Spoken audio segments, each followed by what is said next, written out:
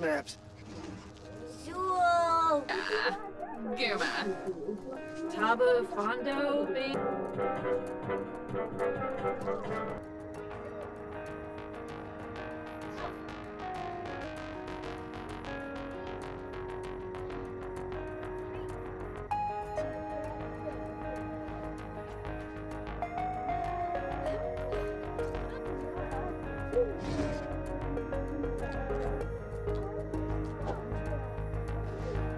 Ini ba?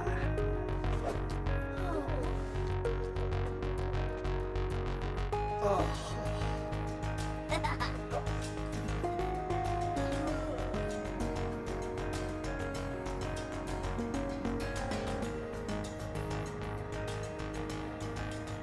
Всем привет! Недавно я построила крошечный домик для 8 персонажей, где очень-очень много двухъярусных кроватей, потому что иначе бы никто не поместился.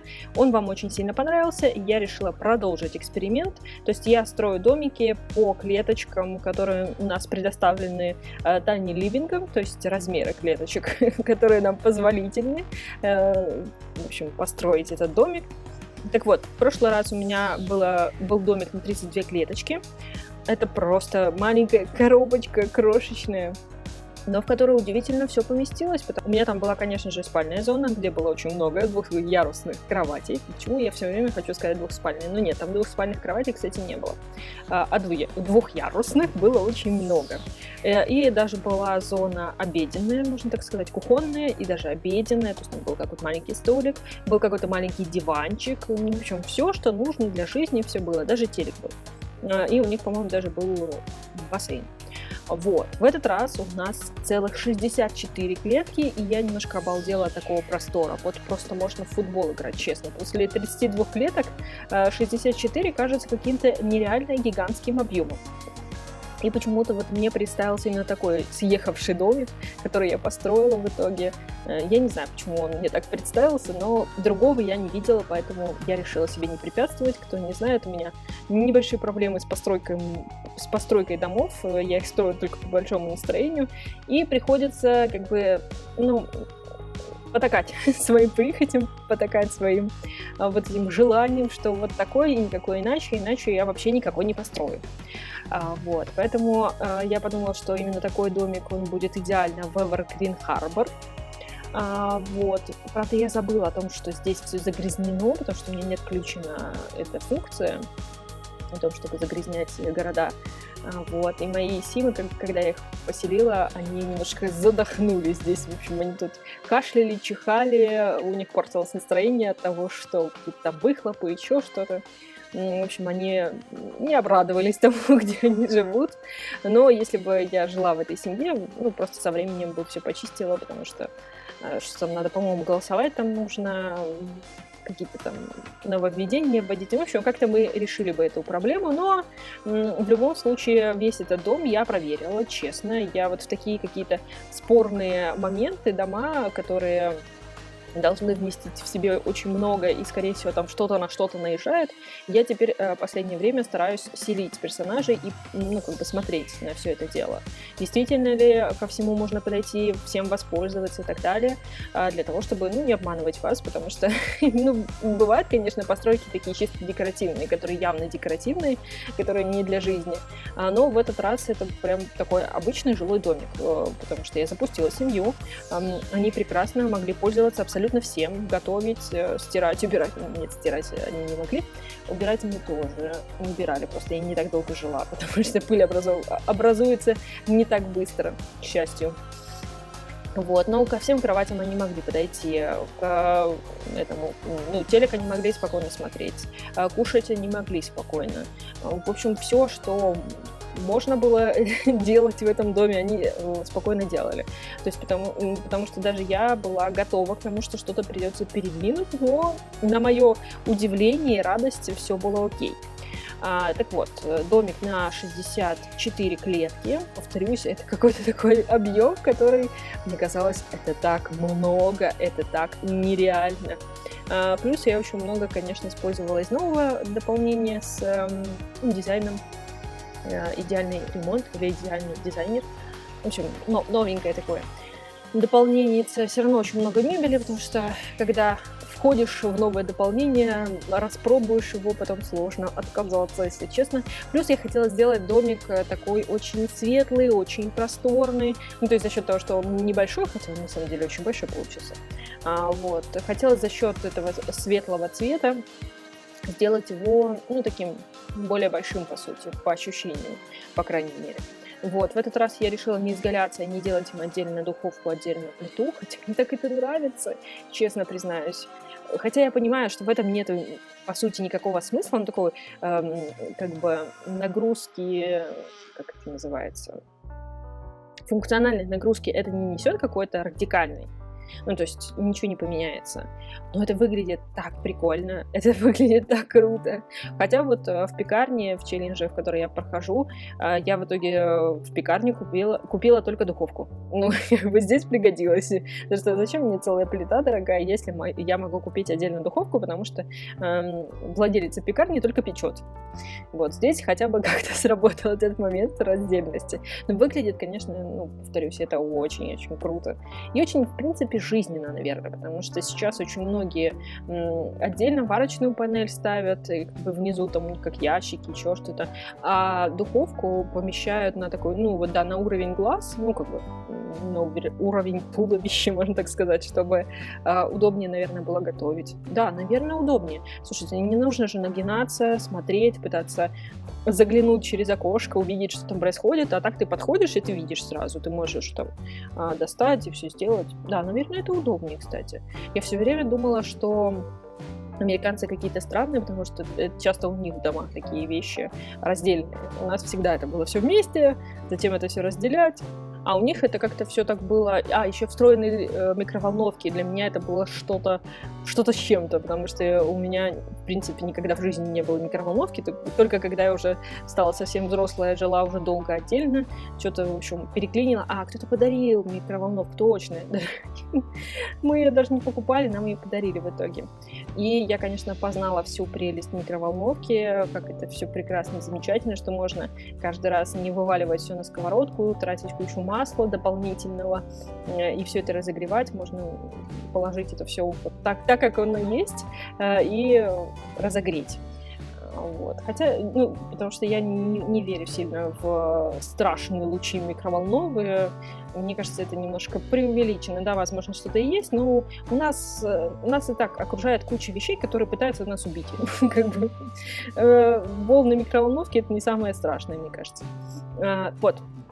По поводу нашего дома, который я построила, в этот раз я все-таки решила, за счет того, что места много, можно засунуть наконец-то двухспальную кровать, потому что все-таки предполагается, что какое-то количество взрослых здесь живет. То есть не только дети, а все-таки, может быть, здесь все взрослые могут жить на самом деле. Это же такое дело, это как вы захотите. И, кстати, повторюсь, я все проверила, ко всем кроватям есть доступ, потому что я немного переживала по поводу центральной кровати. Нет, все спокойно легли, как бы вообще без проблем, что меня не могло не обрадовать. Вот. И, конечно же, все кровати из нового набора, потому что они мне нравятся, они классные, мне нравятся эти одеялки. Вот эти орнаменты на одеялах, они очень крутые, классные, в том плане, что они такие вот... Они вроде бы есть, но они не навязчивые, и не цветочки, не какие-то там надписи, а вот что-то такие, что-то непонятное, какие-то листочки абстрактные, еще что-то. Это выглядит очень стильно, очень круто, мне очень нравится. И вот эта новая кровать, которая с такой полосочкой, как называется, не коврик, как его называют, я забыла. В общем, вы меня поняли. Вот эта кровать, которая у нас сейчас стоит в доме, она мне очень нравится, потому что она выглядит очень стильной и очень спокойной. Вот, я наконец-то смогла засунуть даже целых 2 рабочих места. Да, я в прошлый раз очень хотела, но у меня, конечно же, не получилось, потому что, слишком мало было места. А в этот раз даже 2 маленьких столика я втиснула. Больших столиков не получилось втиснуть, а вот 2 маленьких очень даже вместились. Конечно же, я постелила свой любимый ковер, который нам дается при карьере дизайнера интерьеров после 5-го уровня. Я его очень ждала, он мне очень нравится. Опять-таки, вот он такой ненавязчивый, у него сочетание цветов просто идеальное. Вот, мне кажется, оно подходит ко всему, ну, то есть можно подобрать к любому интерьеру, любой цвет, как бы вот это сочетание, плюс какие-то там листочки, то есть какие-то такие ненавязчивые, ну, вы поняли, оно мне нравится. Вот, и, кстати, тумбочки тоже не мешают, опять-таки повторюсь, потому что я тоже немножко переживала по этому поводу, как оно все будет, но нет, вы знаете, нормальненько.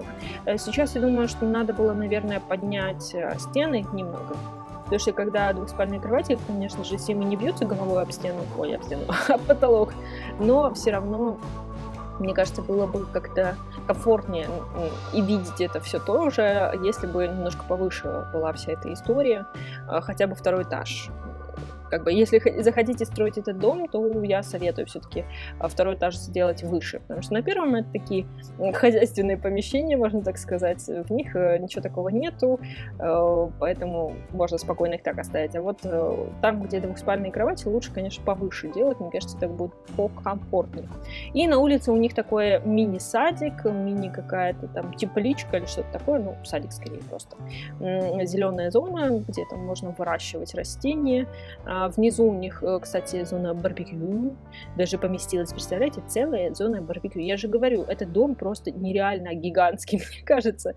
Я смогла поместить сюда практически все. Это все для 8 симов, и они, в принципе, не застреют, не мешают друг другу. То есть я немножечко поиграла, ну, пока тут заставляла их разные действия делать, везде проходить, выходить.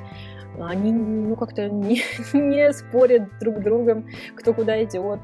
Единственное, конечно, минус, который вот как бы для жизни, я понимаю, что, конечно, это не жизнь, это Симсы, но все равно меня это корежит.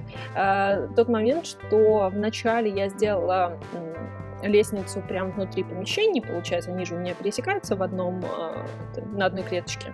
Они находят друг на друга, и я думала, что как раз здесь я и помещу лестницу.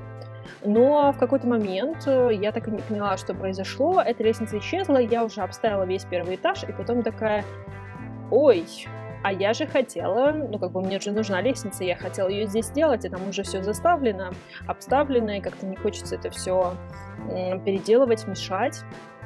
Я вынесла вовне ее. Она, конечно, типа под крышей, все прекрасно, но вот для жизни, конечно, это ужасно.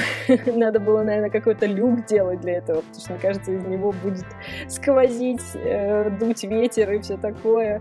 Вот, в общем, ну, такая не лучшая идея, честно. Если, опять-таки, вы захотите делать этот домик, лучше сделайте внутри. Мне кажется, это будет лучше и гуманнее по отношению к вашим симсам. Да, конечно, они вам не пожалуются напрямую, но я прям чувствую их боль в том плане, что каждый раз придется выходить из дома для того, чтобы подняться во второй этаж, чтобы лечь спать, например. А ванная у них получается на первом этаже, ну там не ванная, там душ, ну неважно.